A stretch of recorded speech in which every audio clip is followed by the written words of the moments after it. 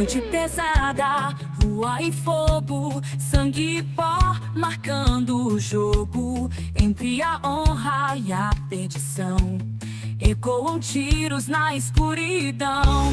Mas nos olhos ainda arde a chama que nunca parte.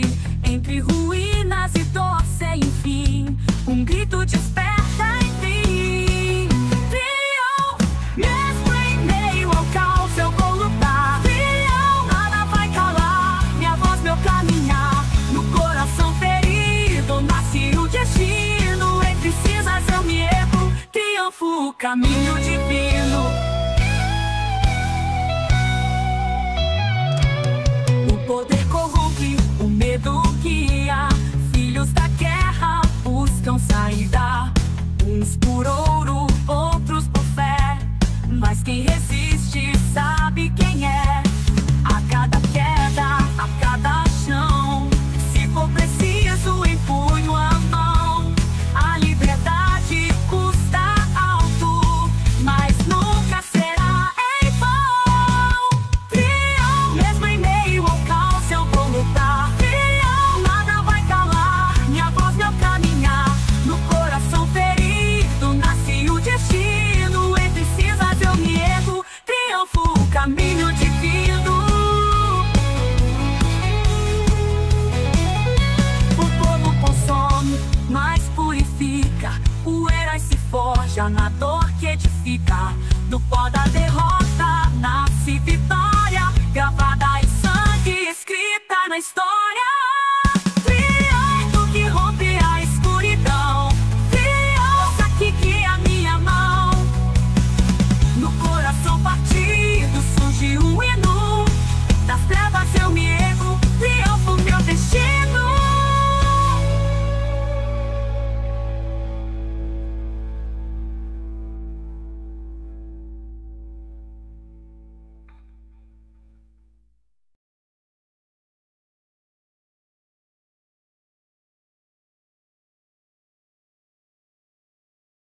Capítulo 2. Aquela prometia ser mais uma daquelas longas e malditas noites de ronda naquele território selvagem, o mais perigoso, o mais temido e o mais assustador da cidade, uma terra de ninguém separando perdedores de vencedores. Os dois delegados tinham, ainda, uma razão especial para detestar aquele trabalho, naquela região. O xerife Jefferson não via com bons olhos aquilo que ele julgava como uma intromissão da União nos negócios da cidade. A presente dos dois federais criava um problema de jurisdição, principalmente considerando que os dois estavam onde a encrenca acontecia, enquanto, para sua felicidade ou infelicidade, o xerife estava sempre no canto oposto. Assim, com caras de poucos amigos, o xerife e seus auxiliares tiveram de ouvir o cobrador de impostos derramar elogios sobre a atuação dos delegados federais, os únicos com competência para tornar as ruas de Atlanta seguras para um cidadão honesto. Veremos se vai se sentir dessa forma, quando a situação mudar, murmurou o xerife, entre dentes. O delegado Atesford ficou pensativo, demonstrando a preocupação nas rugas que vincavam sua testa. O xerife não gostava deles, isso era um fato incontestável e os dois sabiam disso. Estava sempre preparando algo para tornar mais difíceis a vida e o trabalho deles. Algo lhe dizia que o xerife sabia de algo que eles ainda não sabiam. Ele o deixou preocupado, Oates. O que foi? Perguntou Riley. Esse sacana está sabendo de algo que não sabemos. E você acha que pode ser o quê? Não sei ainda, mas vou descobrir. Como? Pensarei em algo. Vou ao restaurante tomar um café. Vamos comigo? Particularmente eu preferiria um whisky, depois dessa agitação toda. A cada dia isto aqui se torna mais perigoso. Essa gente está desesperada, meu amigo. Caminhavam pela rua, puxando seus cavalos, deixando para trás o xerife e seus homens para limpar toda a sujeira. Um negro com os cabelos cortados bem curtos, roupas sujas esfarrapadas, apontou a cabeça num beco, chamando por Oates. Os dois foram até ele. Ei, Oates, está acontecendo alguma coisa lá para os lados do rio, disse ele. E o que é, Pat, é noite escura? Não sei dizer, mas havia muitos homens. Gente com armas e uniformes. Alguma briga? Não, mais parecido com festa.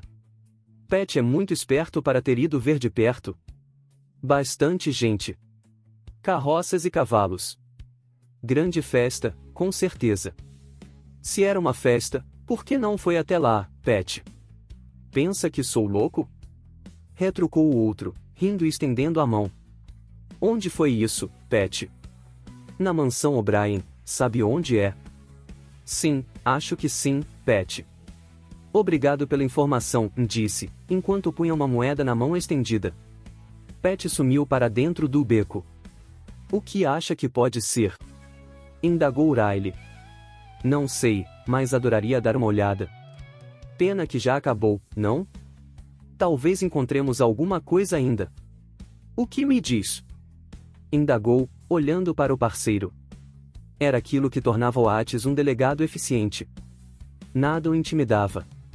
Aquela sua maldita curiosidade o levava a qualquer lugar, não importavam os riscos e Riley já perderá a conta das encrencas em que os dois já haviam se metido por causa disso, desde que estavam ali. Oates fizera a pergunta apenas por fazer. Riley já o conhecia bem. Ele fazia a pergunta e já tratava de pô-la em prática, montando seu cavalo. Riley tratou de fazer o mesmo. Seu amigo já galopava à sua frente. Todo o andar de cima da casa estava destruído. A parte de baixo havia sido precariamente adaptada para oferecer um mínimo de conforto. Nas paredes, pedaços retalhados de telas e pinturas indicavam o bom gosto dos moradores daquela mansão. Os lampiões acesos não lembravam em nada o brilho antigo, quando os candelabros de cristal iluminavam soberbamente as paredes luxuosamente decoradas, os tapetes e cortinas vindos direto de Paris, além dos móveis maciços e finamente entalhados por mãos hábeis. A mesa posta com um resto de luxo era ocupado por apenas um velho, servido por uma equipe de 2 fiéis e antigos criados, velhos demais para entenderem o significado da libertação. Svan Vodfar chegava aos 60 anos com grande vitalidade e uma lucidez impressionante para sua idade. Havia lutado várias batalhas e conseguido muitas vitórias, mas caíra na batalha final de Kennesaw, quando os confederados ofereceram a última e decisiva resistência, antes da queda de Atlanta. A derrota fora um golpe violento em seu orgulho. Já não tinha mais a vitalidade de antes e não conseguia se adaptar àquela vida de privações. Para um homem como ele, habituado ao luxo e ao comando, ver-se naquela condição quase de um mendigo era doloroso demais.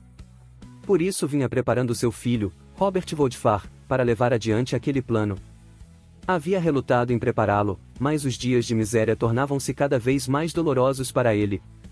Aquela poderia ser sua última chance de sair daquela situação de penúria e recuperar a honra e a riqueza perdidas. Bom trabalho, filho, disse-lhe o velho, assim que Robert chegou. Pelo menos neste início, tudo aconteceu conforme havia previsto, meu pai. Eu tinha certeza que seria assim, afirmou o velho. Continuo curioso, no entanto, para saber o que tem em mente com tudo isso. Agora posso lhe contar, meu filho. Essas ações contra os Yankees, bem planejadas, vão tornar esse tesouro que pretendo amealhar muito grande, o bastante para darmos o fora daqui, meu filho. Há terras boas e baratas na Califórnia e no Oregon. É para lá que iremos, recuperar a tradição do nome Vodfar. Os olhos do rapaz brilharam de cobiça. Pensou nisso mesmo, pai? Sim, vamos tirar dos Yankees o que eles tiraram de nós. Mas os outros? Os outros são soldados e soldados dão a vida, sem esperar recompensa, Robert. Serem roubados pelos Yankees ou por nós, não fará nenhuma diferença para eles. Entendo. Parece-me um bom plano, pai. E seu trabalho vai ser importante para o sucesso de tudo isso, filho. Farei minha parte, pai. Pode ter certeza, garantiu o rapaz, apanhando de novo seu chapéu. Vai sair? Sim, vou tomar um trago com os rapazes. Coy disse, filho. Não aceite provocações dos Yankees, mas não volte para casa trazendo uma ofensa. Entendido, pai, afirmou ele, saindo. Lá fora o esperavam 3 de seus melhores amigos. E então, Robert? Indagou um deles. Eu estava certo o tempo todo. O velho e seu grande plano vão nos render um verdadeiro tesouro. E o melhor é que não vamos ter que repartir o tesouro, comentou ele enquanto montava. E nós, onde entramos nisso, Robert? Quis saber um outro. Apenas fiquem do meu lado, rapazes, e não se arrependerão, prometeu ele. Onde vamos? Algum lugar em especial, Robert? Indagaram. Vamos dar uma volta, enquanto conversamos. Depois vamos ao salão da Rose, ainda é cedo para ir para lá. Um deles tirou uma garrafa de uísque do alforge, estendendo-a para Robert, que tomou um gole, saboreando a bebida, enquanto pensava.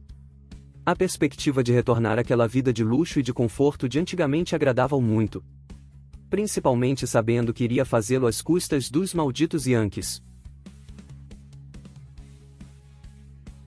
Um grupo de nortistas, acompanhados de duas garotas, retornava da igreja a pé, quando foi abordado por um bando de sulistas a cavalo. Os confederados, após a derrota, haviam dolorosamente aprendido a suportar as zombarias e a humilhação. Tudo estava sob controle, até que um dos cavaleiros inclinou-se e enfiou a mão pelo decote de uma das garotas.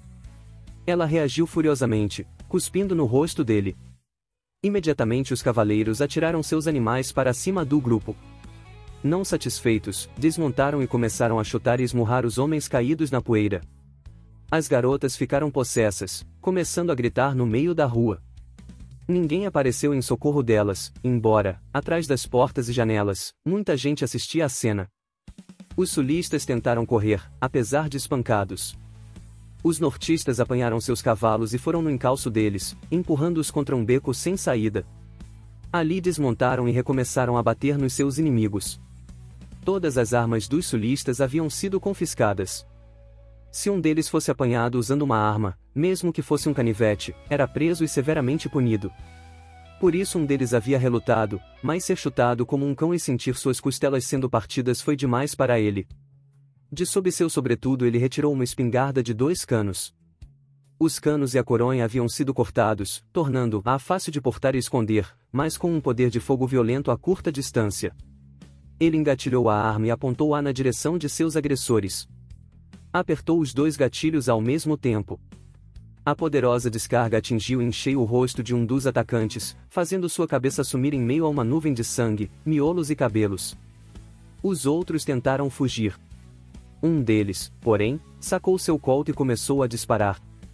O primeiro disparo arrebentou uma vidraça em algum ponto lá atrás. Outros 2 homens sacaram espingardas semelhantes, disparando-as na direção do bando que tentava abrigar-se atrás de uma carroça.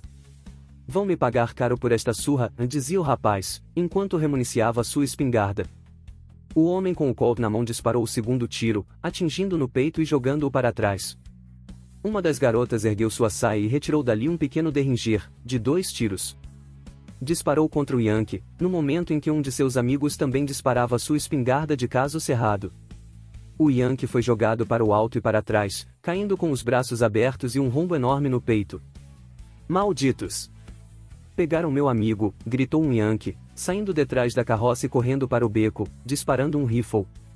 Um dos sulistas levantou sua overland de canos cerrados e disparou, atingindo-o em cheio. Ele jogou os braços e a Winchester para o alto, enquanto era empurrado para trás. As garotas começaram a disparar também contra os homens atrás da carroça. Elas usavam derringers, que seguravam com ambas as mãos, enquanto disparavam sem muita pontaria àquela distância, mas arrancando lascas da carroça ou arrebentando vidraças atrás deles. Nas casas ao redor, as pessoas deitavam-se no chão, buscando proteção contra aquele inferno de chumbo. Um dos nortistas havia conseguido apanhar seu rifle na sela do cavalo e começou a responder ao fogo, sem atingir ninguém. Bastardos!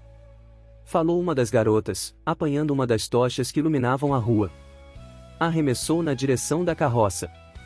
A garrafa caiu sobre a madeira, jogando fagulhas para todo lado, mas continuando a arder e espalhando rapidamente o fogo. Malditos rebeldes! Berrou um deles, tentando apagar as chamas, batendo com seu colete, mas incendiando-o e jogando fogo sobre seus amigos. Eles trataram de fugir dali, tentando correr para longe da carroça. Um dos sulistas cortou-lhes o caminho com sua espingarda engatilhada e apontou-a para eles, disparando os 2 canos sem piedade. A carga especialmente reforçada abriu-se num leque mortal, atingindo todos eles e derrubando-os. Alguns ainda ficaram se contorcendo na poeira, com as roupas em chamas. As garotas aproximaram-se e foram imobilizando-os com certeiros disparos de derringer na cabeça.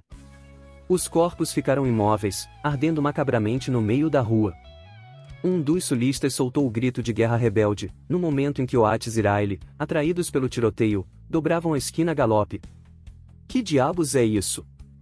Indagou Riley, surpreso, olhando aquelas estranhas fogueiras ardendo no meio da rua. A resposta veio em seguida com uma série de disparos na direção deles. Oates, acho que não nos convidaram para esta festa, gritou Riley, saltando do cavalo e indo ocultar-se do outro lado da rua. Diabos, esta noite promete, comentou Oates, erguendo a sua Winchester e disparando de volta. Sua pontaria foi certeira. 3 tiros acertaram em sequência o corpo de um dos atiradores, jogando-o contra uma parede. Quando escorregou para o chão, deixou uma trilha de sangue na madeira. Filho de uma cadela! Maldito! Gritou uma das garotas, mirando sua pequena arma na direção de Oates. É uma garota, Oates! Alertou Riley. O delegado hesitou por instantes. Era mesmo uma garota confederada, com os cabelos soltos, correndo na direção dele com uma derringer em cada mão. Riley percebeu a indecisão do amigo e disparou sua Overland contra a garota, jogando-a para trás, sobre o corpo em chamas de um nortista. A outra garota começou a correr na direção de Riley, que tratou de remuniciar sua arma. Pegue-a, Oates! Pegue-a ou ela vai me acertar, pediu Riley, atrapalhando-se para recarregar a espingarda. Diabos! Praguejou Oates, apontando o rifle na direção da garota que corria pela rua. Jamais viram uma imagem tão impressionante. A garota parecia fora de si, disparando e remuniciando com rapidez as armas que tinha mais mãos. Atire, demônios! Insistiu Riley, no momento em que Oates apertava o gatilho. Riley viu, na sua frente, a garota ser puxada para trás por uma força invisível. Seu corpo arrastou-se na poeira, ficando imóvel, numa posição grotesca e retorcida. O disparo seccionara sua espinha e abrirá um rombo em sua barriga, jogando para fora tudo que estava lá dentro. Riley respirou aliviado, enquanto remuniciava sua espingarda, engatilhando-a em seguida. Avançou na direção dos corpos que se espalhavam pela rua. Oates seguiu-o, após recarregar sua arma também. Pensei que não fosse atirar, comentou Riley. Era uma mulher. Pois então não pense nela como uma mulher. Pense nela como uma assassina, que é o que ela era, na verdade. Você já tinha visto coisa assim antes? O tropel de cavalos aproximando-se indicava que o xerife e seus auxiliares, com certeza, se aproximavam. Como sempre, apareciam só quando o tiroteio cessava. O que temos aqui?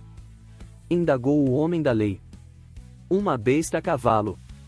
Respondeu Oates. Muito engraçado, delegado. Não acha que já teve encrenca demais para uma só noite?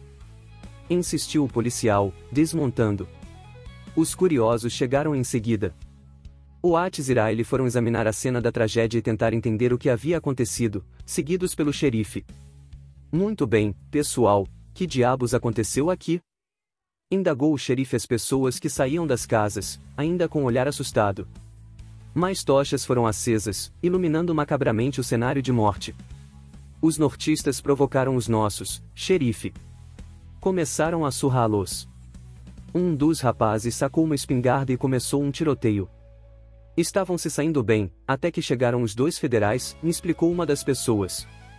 Riley, percebendo que Oates afastara-se para não demonstrar sua irritação para com o xerife. Foi isso mesmo, Oates? Sim, antecipou-se Riley.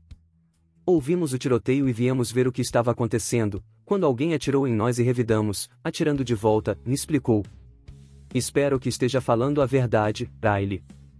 Seria uma pena ter de puni-los por excesso de força.